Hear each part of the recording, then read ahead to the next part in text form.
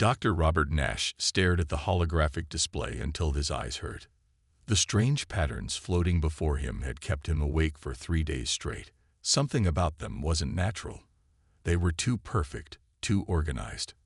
After 15 years of studying space debris in the Kuiper Belt, he knew the difference between random chunks of ice and something made by intelligent hands. Dr. Nash, you need to see this.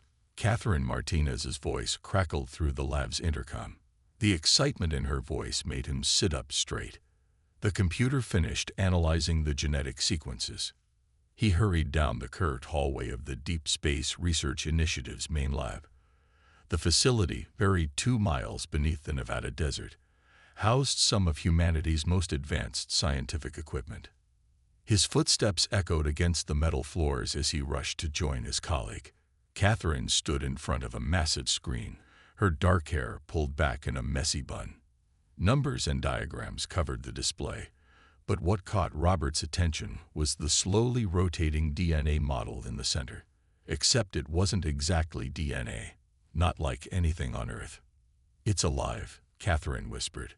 "The crystal formations we found in the artifact. They're not just data storage. They're genetic blueprints." Robert leaned closer, adjusting his glasses. "But this structure, it's impossible. The bonds aren't stable. No living thing cold." "No living thing on Earth," Catherine corrected him. "But in space, in the void, different rules." The door hissed open behind them. Commander Alice Webster strode in, her Space Force uniform crisp despite the late hour. "Please tell me you have something concrete. The Joint Chiefs are breathing down my neck about the budget." Robert pointed to the screen. "We found life, Commander. Not fossils, not bacteria. The instructions to build something massive, something that evolved to live in deep space." Alice's expression remained neutral, but her eyes widened slightly. "Hostile." "We don't know," Catherine said. "The genetic code is like nothing we've seen. Parts of it seem to exist in multiple dimensions.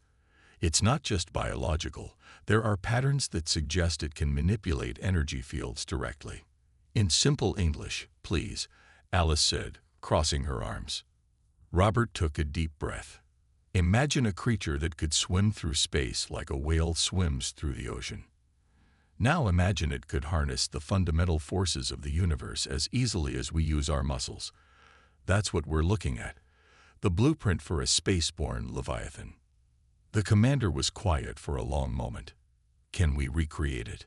"Commander, we need to study this further," Robert protested. "We don't understand half of what we're seeing. The ethical implications alone."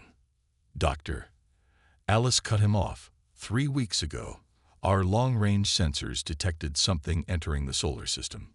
Something big. The public doesn't know yet, but whatever it is, it's not responding to any attempts at communication. If this discovery could help protect Earth." Catherine and Robert exchanged looks.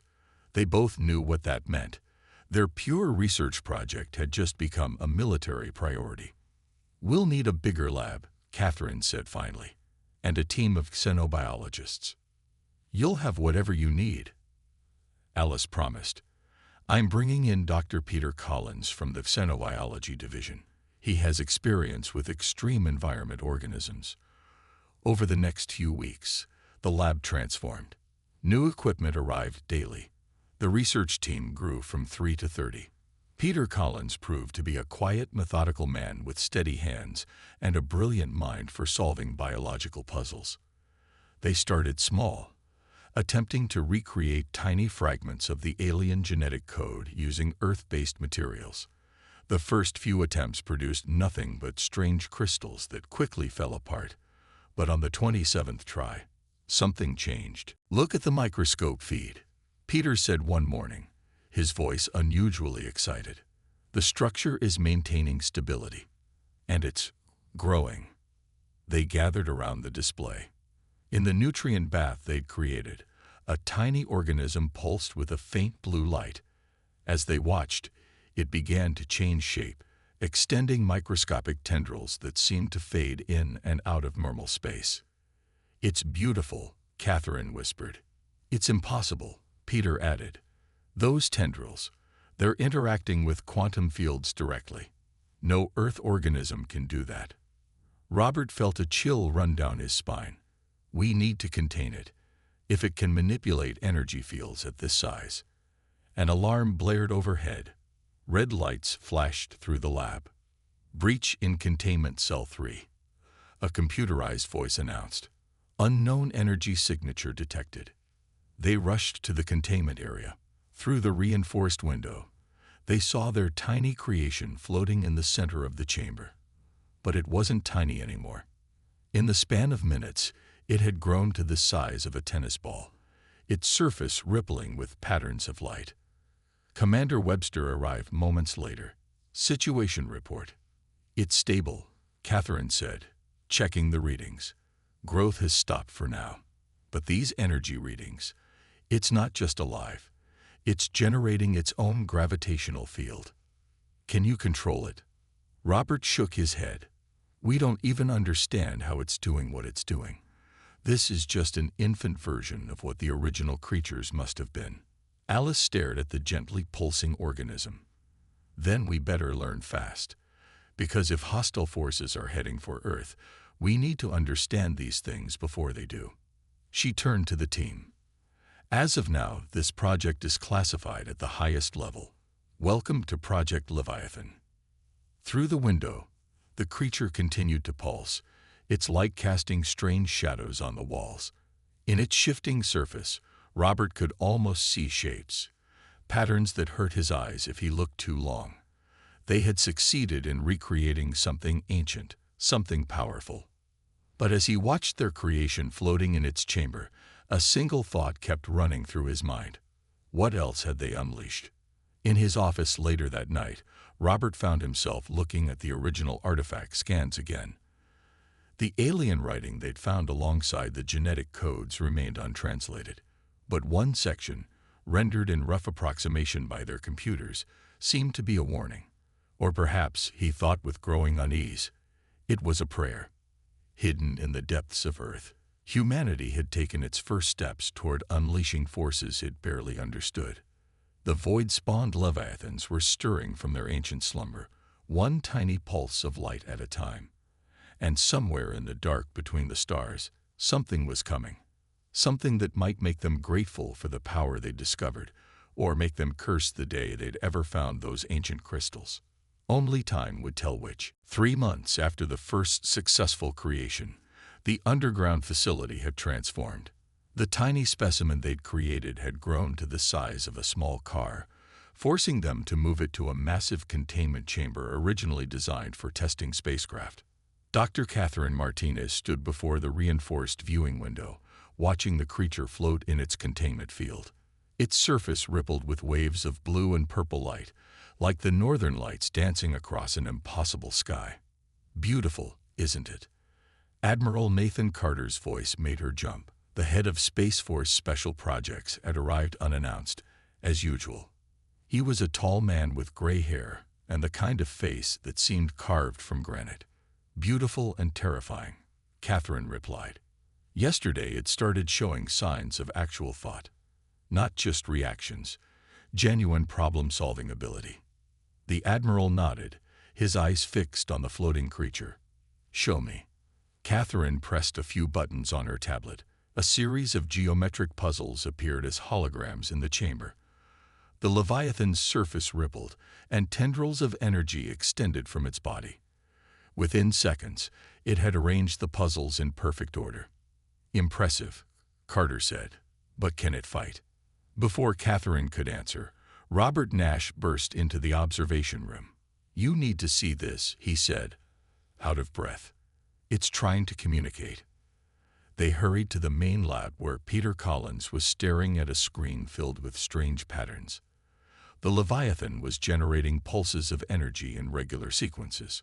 At first we thought it was random, Peter explained, his voice excited. But look at this. He pressed a button, and the patterns transformed into complex mathematical equations. It's not just solving our puzzles, Robert said. It's trying to teach us about physics. Concepts we've never even imagined. Admiral Carter leaned forward. Can we communicate back? "We're trying," Catherine said. "But its mind, it doesn't think like us. It exists partially in dimensions we can't even perceive." A new alarm sounded, different from the usual warning systems. On another screen, a satellite feed showed something entering Earth's atmosphere. It was small, maybe the size of a basketball, but it was moving in ways that defied physics. "Another test probe," Carter explained. "Like the ones we've been tracking for the past 4 months. They've been appearing at the edge of our solar system, scanning our defenses, then vanishing." The Leviathan suddenly pulsed brighter. Its energy patterns changed, becoming more urgent. The probe on the screen froze in mid-flight, caught in some invisible force. "It sees the threat," Robert whispered. "It's reacting to protect us." The probe exploded in a flash of light that lit up the sky over the Pacific Ocean. The Leviathan returned to its normal patterns, but something had changed. It seemed more alert, more aware.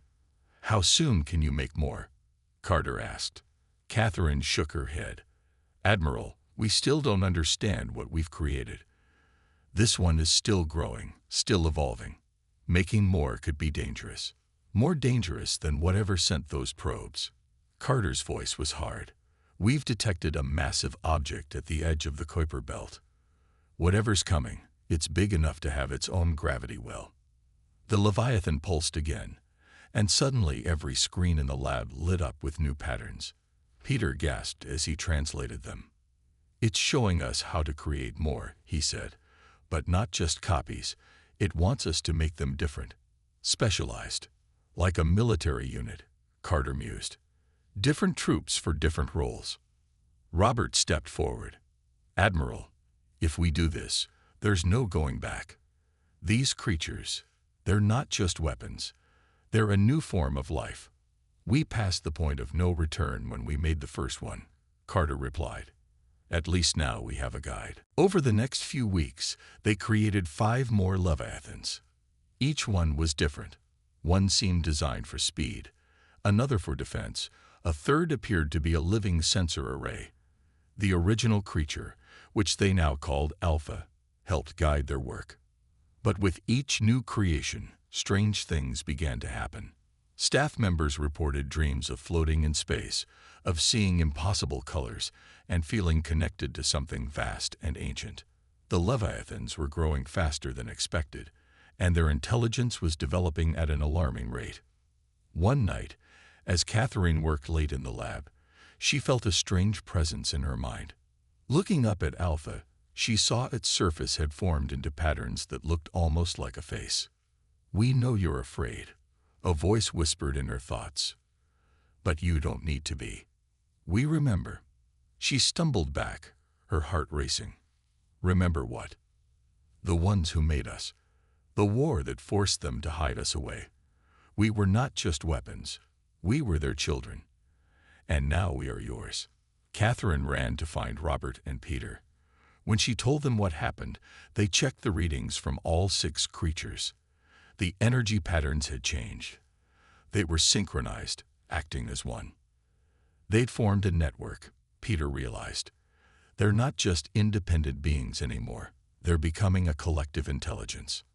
Admiral Carter was both thrilled and concerned when they reported their findings. "Can they be controlled?" "I don't think control is the right word," Robert said carefully. "But they've chosen to help us. They understand the threat we face because they've faced it before." In the main chamber, the 6 Leviathans floated in a complex formation, their lights pulsing in harmony. Through the thick walls, the scientists could feel their presence, not threatening, but powerful, ancient, and very, very aware. Catherine touched the glass, watching their dance of light and energy. "We thought we were creating weapons," she said softly. "Instead, we've awakened something that was waiting for us all along." "The question is," Robert added, "are we ready for what comes next?" In orbit above Earth, hidden sensors detected more probes entering the solar system. But this time, they weren't alone. Something massive was moving in the darkness between the stars, heading toward Earth. The Leviathans pulsed in unison, their light growing stronger. In the ancient genetic codes that had created them, A final sequence began to activate, one that would transform both humanity and their creations in ways none of them could imagine. The void-spawned Leviathans were awake, and the real test of humanity's choice to unleash them was about to begin. The warning came at midnight. Every detection system on Earth lit up at once as massive objects dropped out of faster-than-light travel at the edge of the solar system. They were huge, each one bigger than Earth's largest cities. Ambassador Ryan White stood before the United Nations Emergency Council, his face pale under the harsh lights. The alien fleet has ignored all attempts at communication. They've destroyed our outposts on Mars and are moving toward Earth. Their estimated arrival time is 48 hours. In the underground facility, the 6 Leviathans pulsed with intense light. Their massive chambers, now interconnected, thrummed with energy. Dr. Robert Nash watched as streams of data poured across his screens. "They're agitated," Catherine Martin had said, standing beside him. "They know what's coming." Captain Lisa Brown of the U.S. Nighthawk, Earth's most advanced spacecraft, appeared on the main screen. Her ship was the closest to the incoming fleet. "You need to see this," she said, her voice tense. The video feed showed massive black ships, their surfaces covered in strange, shifting patterns that hurt the eyes. "Those patterns," Peter Collins whispered. "They're similar to the warnings we found in the ancient artifacts." The Leviathans suddenly moved in perfect unison. Alpha, now the size of a small submarine, projected a series of images into their minds. They saw an ancient war among the stars, planets destroyed, whole species wiped out, and the same black ships hunting down the beings who had created the Leviathans. "They're called the Void Hunters," Alpha's thoughts echoed in their minds. "They destroy any civilization that reaches beyond their home system. Our creators fought them. When they lost, they scattered us across the galaxy, hoping someone would find us in time." Admiral Carter strode into the command center, followed by military officers from around the world. "The Security Council has authorized the use of all necessary force," he announced. "How soon can the Leviathans be ready?" Robert looked at the creatures floating in their chambers. "They're ready now. But we've never tested them in actual space combat." "We don't have a choice," Carter replied. "The Void Hunters just destroyed our lunar defense base. We're out of options." The next few hours were chaos. As the alien fleet approached, Earth's combined space forces moved to intercept them. But their weapons seemed useless against the black ship's strange shields. Catherine worked frantically at her console, preparing to release the Leviathans. "We've modified the containment chambers to act as launch tubes. Once they're in space, they should be able to move freely." "Should be?" Carter asked. "We've never seen them at full power," she replied. "They've been holding back, staying small enough for our facilities. In space." She left the sentence unfinished. The first attack came without warning. One of the black ships fired a beam of dark energy that cut through Earth's defensive line like paper. Ships exploded or simply vanished, their crews lost to the void. "Now," Carter ordered. "Launch them now." Catherine pressed the sequence of commands. Above the facility, hidden doors in the desert floor slid open. The chambers hummed with power as the containment fields transformed into launch systems. Alpha went first, shooting up into the night sky like a streak of living lightning. The other 5 followed, each one blazing with its own unique energy signature. As they reached the edge of the atmosphere, something amazing happened. They began to grow. "My God," Robert whispered. The Void Hunters reacted immediately, turning their weapons on the new threat. But the Leviathans were ready.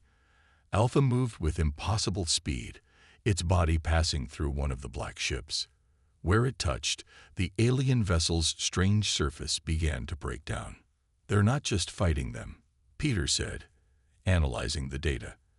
"They're unmaking them, reversing whatever strange physics keeps them together." The battle that followed was like nothing humanity had ever seen. The Leviathans moved in perfect coordination, each using its special abilities. The serpent-like one wrapped itself around enemy ships, crushing them with gravitational forces. The web of light created barriers that the dark energy weapons couldn't penetrate. The near-invisible one appeared inside enemy vessels, destroying them from within. But the Void Hunters were powerful and numerous. They began to adapt, their ships changing formation, their weapons adjusting. One of the Leviathans took a direct hit and screamed, a sound that echoed in every human mind on Earth. "They're hurt," Catherine gasped, feeling their pain through the mental link that had formed. "We have to help them." Captain Brown's voice came over the comm. "All ships, concentrate fire where the Leviathans attack. They're creating weak points in their defenses. We can hurt them if we work together." The combined forces of humanity and the Leviathans began to turn the tide. Earth ships provided covering fire while the massive space creatures tore into the enemy fleet. The Void Hunters, perhaps for the first time in their long history of conquest, began to retreat.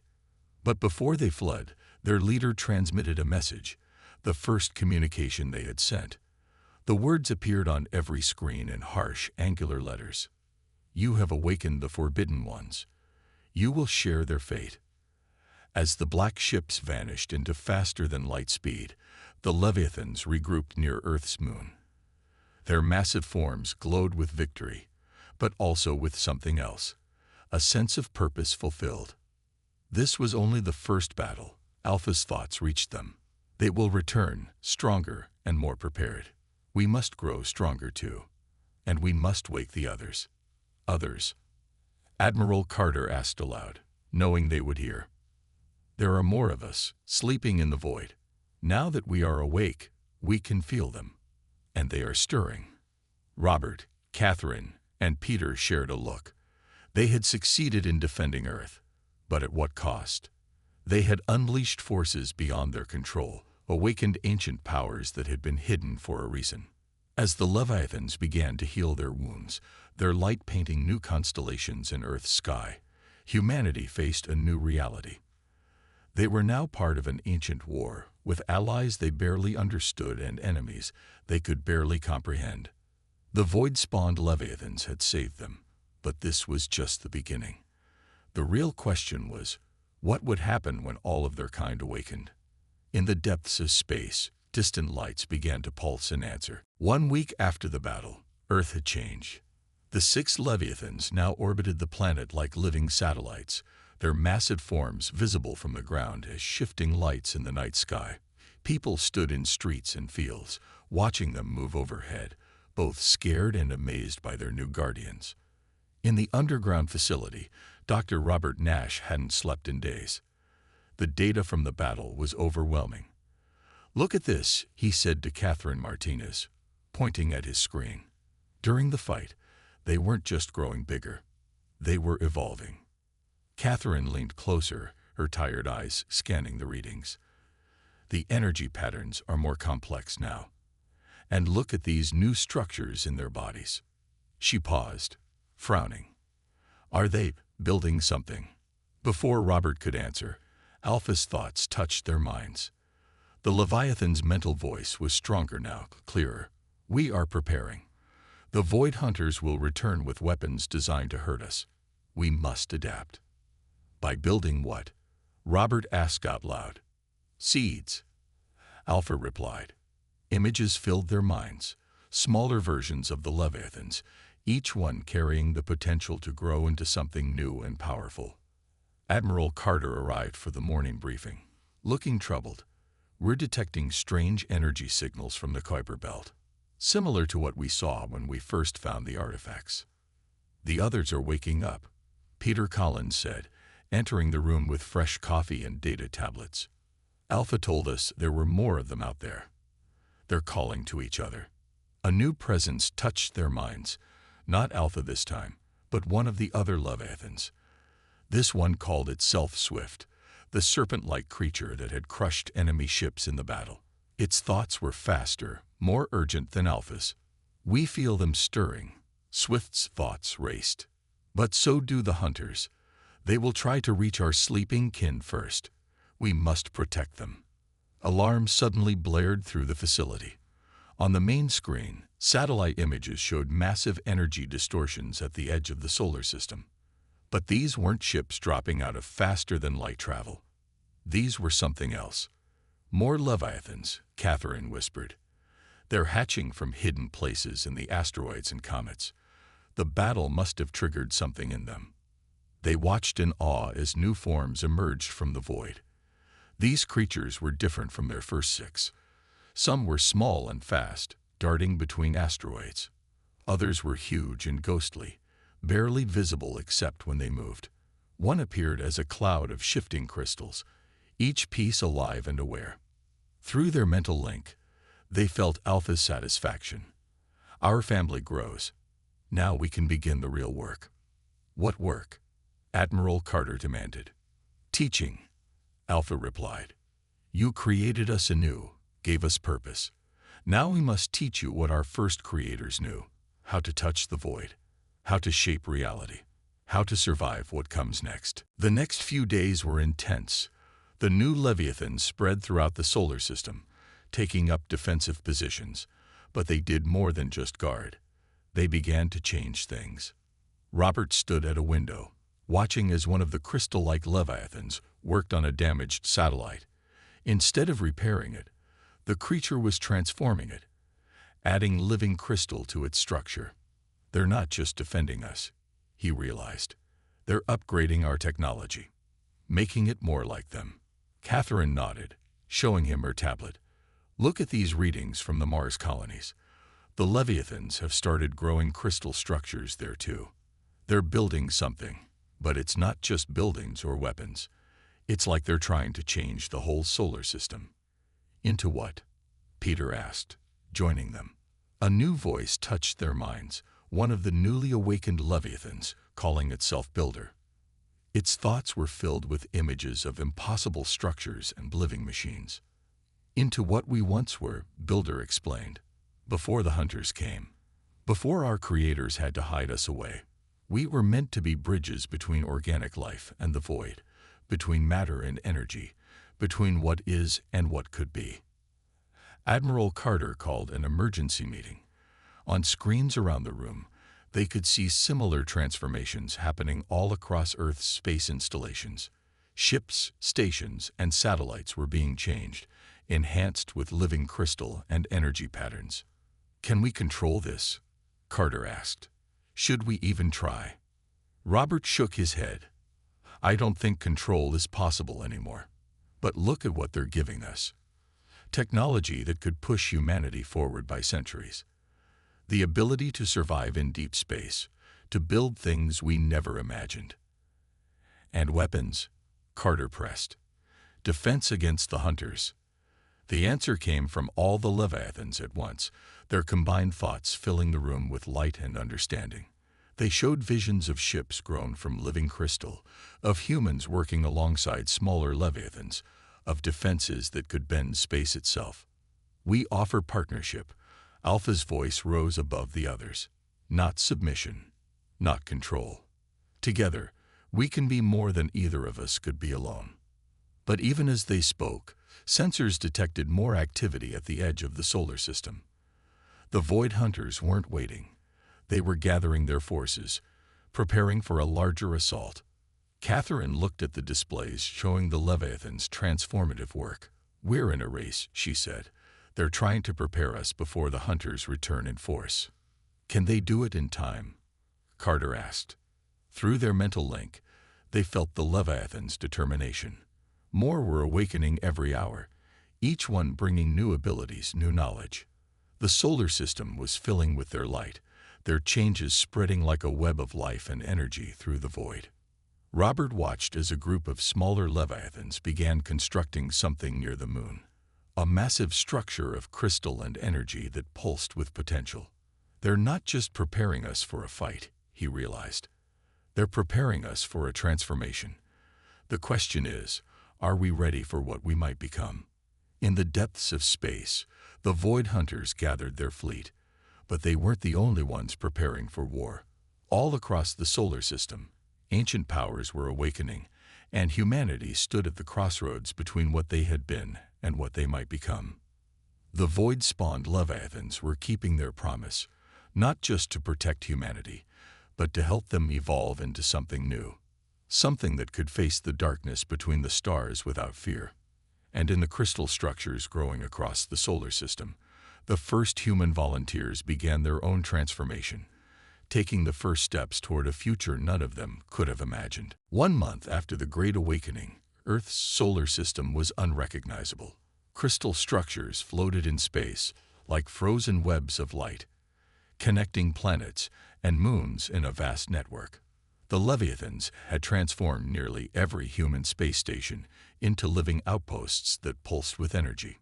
Dr. Robert Nash stood in the new observation deck of the lunar base, watching Earth through walls that were half crystal, half living energy. Next to him, Catherine Martinez was checking readings on a display that floated in midair, made of the same living crystal that now filled their world. "The first group of volunteers is ready," she said softly. 20 humans who will try to bond with Leviathan essence." Robert nodded, his face reflecting the blue glow of Earth below. "Are we doing the right thing? Changing humans into something different?" Before Catherine could answer, Admiral Carter walked in. The military leader looked tired but determined. "We don't have a choice anymore. Our deep space probes have detected the Void Hunters' main fleet. They're gathering more ships than we've ever seen." A gentle presence touched their minds. Alpha, their first Leviathan, now grown so large it could wrap around the moon if it wanted to. "They come to end what began here. They fear what we might become together." The Admiral pointed to a new set of readings. "The outer colonies are reporting success with the transformations. Humans working in deep space are accepting the changes better than we expected. Some can even survive in vacuum now." Catherine brought up images of the transformed humans. They looked mostly normal, but their skin had a slight crystal sheen, and their eyes glowed faintly with inner light. "They can communicate with the Leviathans directly now. Some are even learning to manipulate energy fields." A new alarm sounded, different from the usual warnings. Peter Collins rushed into the room, his face excited. "You need to see this. The Leviathans, they're reproducing." They hurried to the main control room, where screens showed something amazing. In the spaces between planets, new Leviathans were forming. But these weren't ancient ones waking up. They were being born, created from the merger of energy and matter in ways that defied physics. "They're adapting," Peter explained, "learning from their contact with us. These new ones are different. They understand human minds better, work better with our technology." Admiral Carter frowned. "Can we control them?" "Control isn't the right word," a voice said from the doorway. They turned to see one of the transformed humans. Sarah, a former space engineer. Her skin sparkled faintly, and her movements were too smooth to be natural. "They're not weapons or tools. They're becoming part of us, just as we're becoming part of them." Through their mental link, they felt the excitement of the Leviathans. The new births were something they hadn't experienced in millions of years. But with the joy came mourning. The Void Hunters would sense this too. As if in answer to that thought, long-range sensors lit up. The enemy fleet was on the move, and it was massive. Thousands of the black ships, their surfaces crawling with those eye-hurting patterns, were heading toward Earth. "Time estimate?" Carter asked. 3 days, Peter replied. "Maybe 4. Catherine pulled up more data. "The crystal network is only half complete. We needed more time." "Time is something the hunters never give." Alpha's thoughts echoed in their minds. "But we have surprises they don't expect." The next few days were a blur of activity. More humans volunteered for transformation, seeing it as their best hope for survival. The Leviathans worked tirelessly, completing their vast network of living crystal that connected the entire solar system. Robert worked with the science team, trying to understand what was happening to the volunteers. "Their DNA is changing," he reported during an emergency meeting. "Not just from the crystal integration. They're developing new structures, new abilities we don't understand." "Like what?" Carter asked. Sarah demonstrated by raising her hand. The air shimmered, and a small portion of space seemed to fold in on itself. "We can touch the void now," she said. "Like they do. See the spaces between spaces." But not everything was going smoothly. Some of the transformed humans reported strange dreams, memories that weren't their own. Others found themselves losing touch with their humanity, becoming more like the Leviathans in thought and action. "It's the price of power," Alpha explained when they raised their concerns. "Change is never without cost. But we guide them, help them keep their human hearts even as their minds expand." 2 days before the enemy fleet was due to arrive, something unexpected happened. The newborn Leviathans, dozens of them now, began to sing. It wasn't sound. It was pure energy, rippling through space in patterns that made the crystal networks resonate. "They're calling," Sarah said, her eyes glowing brighter. "Calling to others, far beyond our solar system." Catherine checked her readings and gasped. "The song. It's traveling faster than light. They're sending it everywhere, to every corner of the galaxy." Through their link with the Leviathans, they understood. This wasn't just a call for help. It was an awakening signal, meant to stir any of their kind still sleeping in distant star systems. But the song had an unexpected effect. The transformed humans began to change faster, their evolution accelerated by the energy patterns. More people came forward, volunteering for transformation, drawn by the song's promise of something greater than themselves. Admiral Carter watched it all with mixed feelings. "We're not just fighting for Earth anymore, are we? We're fighting for what we might become." Robert stood at the great crystal window, watching as swarms of newborn Leviathans danced between the planets, their light painting new constellations in space. "We crossed a line when we first created Alpha," he said.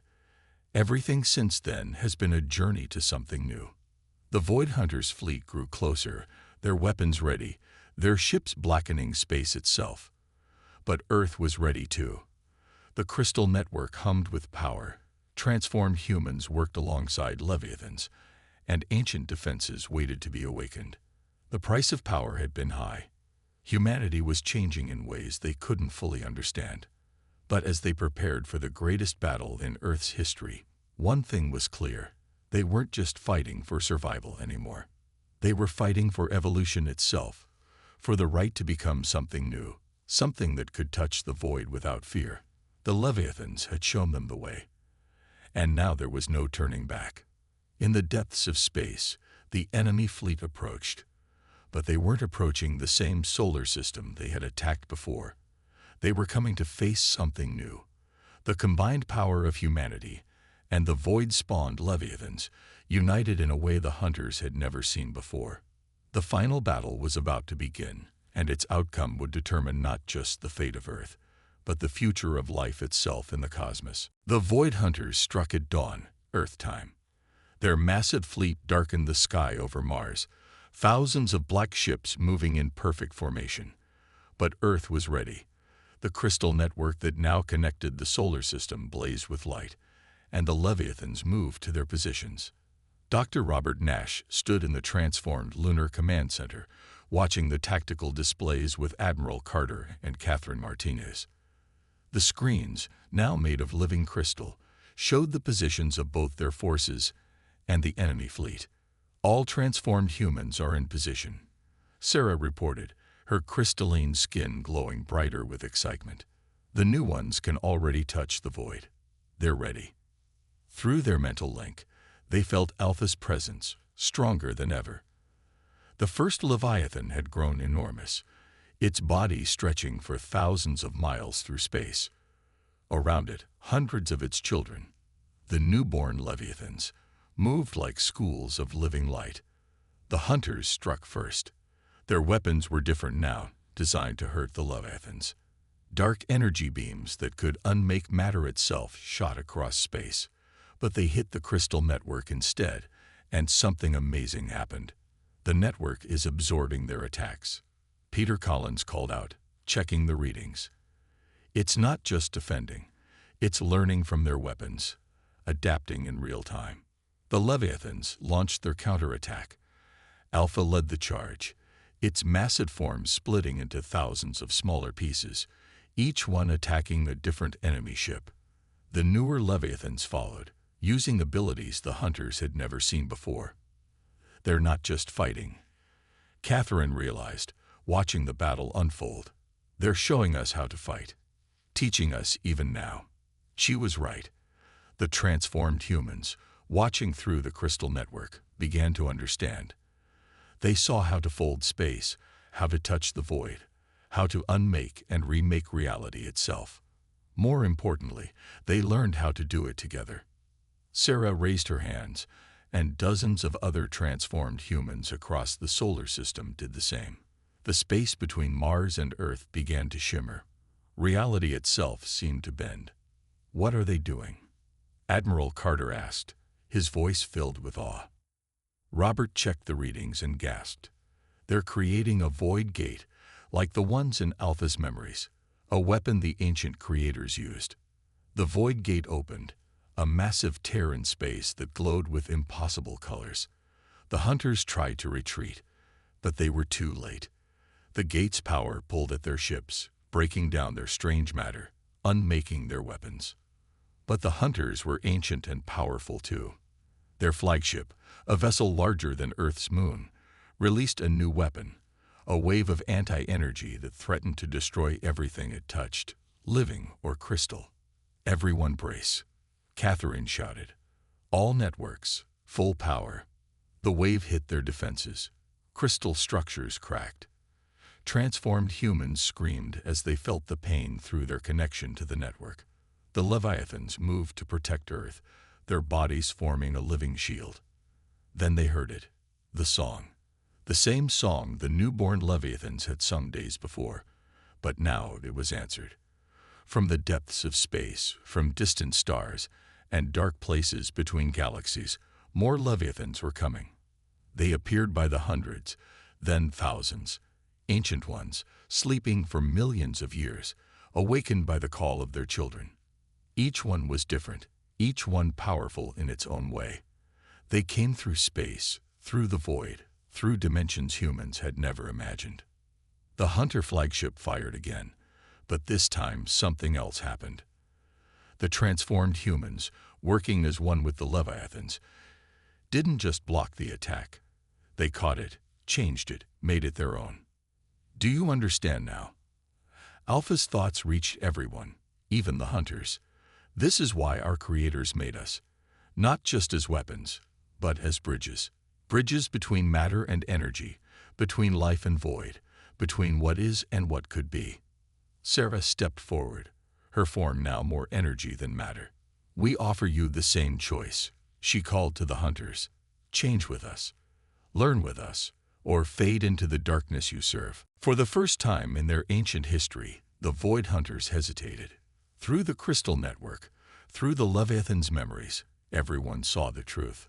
The hunters had once been like humanity, before fear had turned them into destroyers. "You take too many risks," the Hunter flagship transmitted. "You change too much, too fast. The void must be contained, not embraced." "The void is life," Alpha responded. "All life, even yours. You've forgotten this, spending eons destroying what you could have become."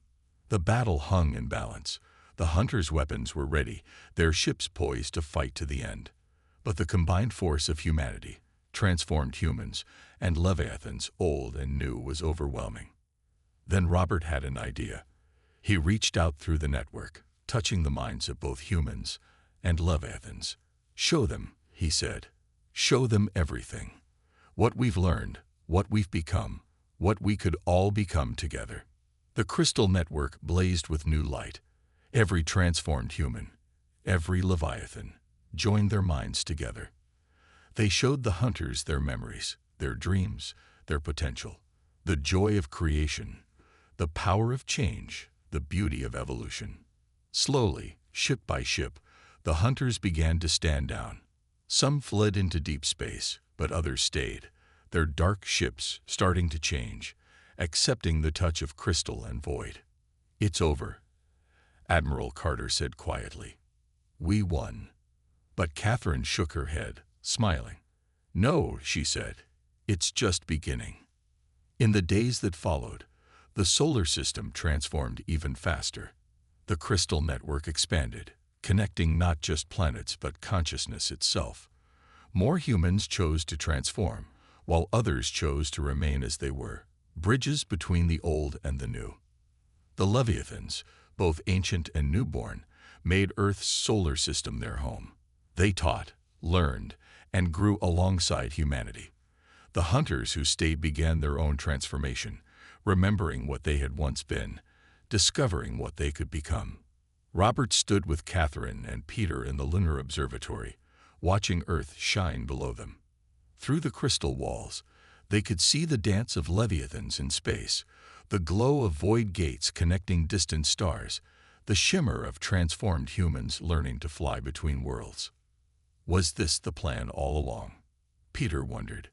When we found those first genetic codes, Alpha's thoughts touched their minds, gentle and wise. Our creators hoped for this. They scattered us across the galaxy, knowing that someday someone would find us, would understand that power isn't just for fighting, but for growing, changing, becoming more than we are. And now? Catherine asked. What do we become now? The answer came not just from Alpha, but from all the Leviathans, all the transformed humans, even the changed hunters. Now we explore. Now we create. Now we become what life was always meant to be. Free, endless, eternal. Above them, the void sparkled with unlimited possibility, and the combined light of humanity and their void-spawned allies shone like new stars in the cosmic dark. The age of separation was over. The age of unity had begun, and somewhere in the vast darkness between galaxies, more Leviathans stirred, awakening to join the new dawn of creation.